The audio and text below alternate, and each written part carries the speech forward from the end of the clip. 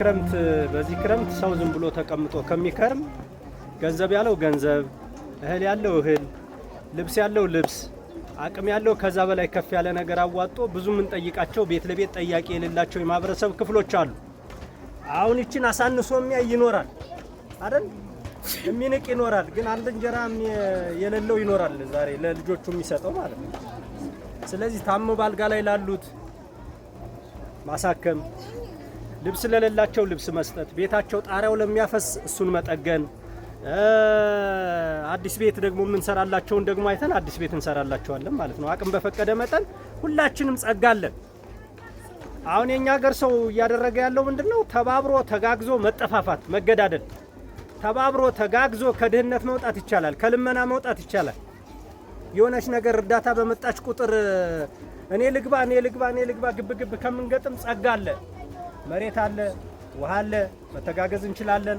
አንዱ ሀብታም ነው፣ አንዱ ጉልበት አለው፣ አንዱ ጤና አለው። ካዋጣን ጠንካራ ሀገር፣ ድህነት የሌለባት ሀገር መፍጠር እንችላለን። ስለዚህ አሁን እናንተም መካከል አለ አቅም አለ። ጥቂት ሳንቲሞችን ደምረን ዛሬ ለማስጀመር ያክል ነው እንጂ ብዙ ያልደረስንባቸው ድሃዎች አሉ፣ የሚሰቃዩ አሉ። ማሳቸው የማይዘራላቸው አሉ፣ ዘራተው ማሳቸው ጉልበታቸው የማይታረስላቸው አሉ። በራቸው ጣራቸው ዝም ብሎ በጣም አሳዛኝ ኑሮ ደረጃ ላይ ያሉ የማህበረሰብ ክፍሎች አሉ። በእኛ ዘመን ድህነት መብቃት አለበት። ድህነት የሚበቃ ደግሞ መንግስት ብቻ በሚያዋጣው ጥቂት ሀብት ሳይሆን ማህበረሰቡ በሙሉ መተጋገዝ አለበት። አሁን እናንተ ዛሬ እንዴት ደስ ይላል! በቃ ምንም ላታረጉ ትችላላችሁ፣ ግን መጣችሁ ሀገራችን ምን ልንተጋገዝ ነው ምን ልንታዘዝ ነው ብላችሁ መጣችሁ።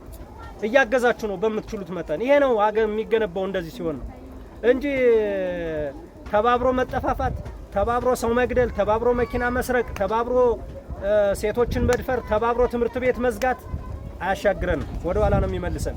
ስለዚህ በርቱ፣ ጠንክሩ። እናንተ አሁን በየቤተ እየሄዳችሁ እንጨት ተዋጣላችሁ፣ ምን ትላላችሁ፣ ታስተባብራላችሁ። ብዙ ስራ ነው እየሰራችሁ ያላችሁ። በአካባቢያችሁ በጣም መጠየቅ ያለባቸው ድሃዎች አሉ፣ በፈጣሪም ታገኙታላችሁ ጭምር ማለት ነው።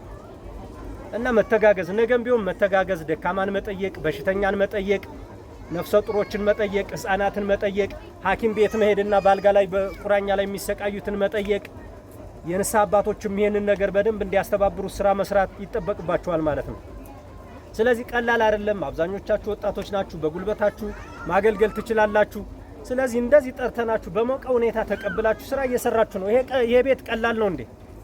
ያቺ ሴትዮ ጣራው ያፈሳል ስንቀይርላት ቀላል ነው እንዴ?